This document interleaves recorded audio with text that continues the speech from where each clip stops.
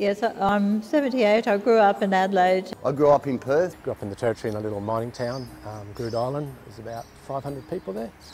From New Zealand, lived in Adelaide for 2 years. Well, I grew up in foster care in Perth, but I was really lucky because I was fostered to my nan and pop from the ages of 5 to 17. So yeah, I was really lucky. And then I grew up in a middle-class situation which changed in my lifetime, so I became acquainted with the underbelly of the Adelaide society. Had reasonable childhood, I suppose. You know, came from a family of 7. Mum and Dad were just workers. Went to a good Catholic school. Didn't do too good at school, but still went there, so I attended. Did a course in a horse husbandry course when I left school, and I went to Sydney when I was 18. Travelled all around, worked around Australia and overseas in different jobs, all over the place, and toing and froing from Adelaide, and then ended up in Port Lincoln for the last 10 years or so.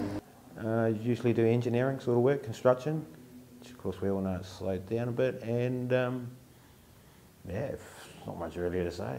I left a violent marriage 20 years ago, and I lived for nearly 2 years between my daughter and my then stepdaughter's place, and I didn't actually have a place to call home. I was going nowhere with my job, and I was in a relationship breakdown. I had an emotional breakdown. I guess I've had 20 years or so of depression, anxiety, having good jobs, getting stressed out of the jobs, having self-doubts. I'd worked on the Parliament House, a lot of reconstruction of buildings like that. So, running away, going interstate, getting another job, starting there, getting promotions, getting a good job, self-doubts, in between medication, not medication, drinking, sort of self-medicating with alcohol, I guess, and just losing contact with family, losing contact with friends. very much gripped up me financially. I saved something like 6 months worth of money because I knew that I didn't. I had a big gap between work, and then this sort of all evolved, and by the time I actually got to the point of the situation, I basically had no money left whatsoever. Your house 1 minute and then you're on the streets the next. First up, I slept in behind the university. There's a sports ground and a greenkeeper's hut over near Adelaide Oval, so I stayed there for on and off for a few weeks. Well, I stayed with my daughter, who was then at Kapunda, and my stepdaughter, who was in a unit in Adelaide. So I ended up in a caravan park. I went to a doctor's surgery, knocked on his door and said, listen, I've got nowhere to sleep, can I sleep on your veranda? And I was there for 3 years. Did you feel safe? Definitely not. You didn't feel safe? No. I felt safe because I generally hid away. Yeah, I did feel safe, yeah, very safe, yeah. Yeah, I didn't have an incident there. Oh, I probably 98% of the time I feel safe. I mean, mainly because I spend a lot of time ensuring the area is safe, just by surveillance, whatever, and a lot of research. But of course there are, you know, hey, if you're sleeping somewhere by yourself in the middle of the dark, even if you're at your own house with the doors locked, mate, something goes bang in the night, I bet you get scared. The biggest misconception, I think, people relate homelessness to drug issues, mental issues. I think the biggest one is probably people think you did something to cause it to happen. It's definitely the stereotypical, a homeless person is a bum in the corner, sort of drinking, no hope and no part of society, I guess not in the world. There's such a diverse range of people, really smart people, hurting people, troubled people, people with all kinds of mental illnesses, addictions, but there's an amazing talent pool of really nice, loving people within the homeless group.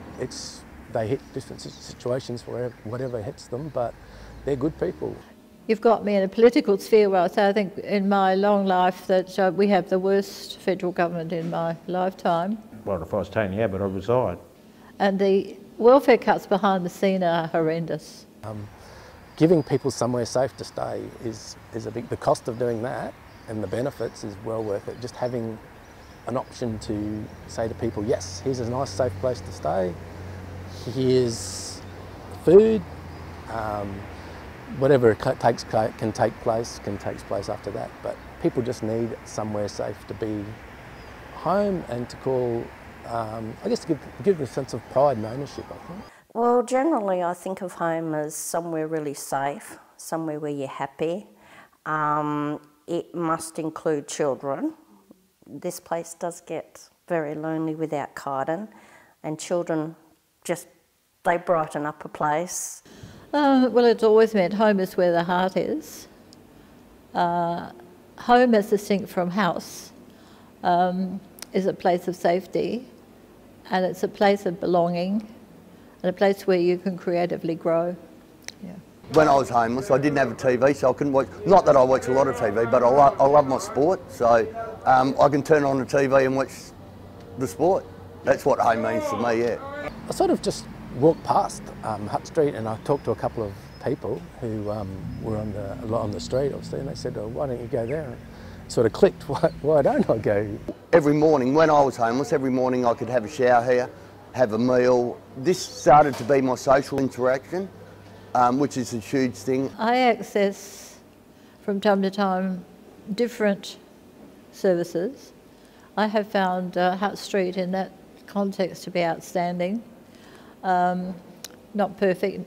I mean, when I walk in the door, the place ceases to be perfect, using a common example.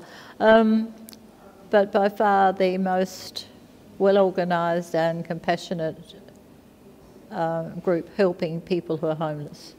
Yeah, they're always there, and they believe in you, and they don't put you down. They believe in you. That's great. Yeah. The greatest thing about what I've done in my life is through my own experience, I now have a lot of, well, I hope I have a lot of compassion for people that, you know, are down on their luck. It's all down to individuals.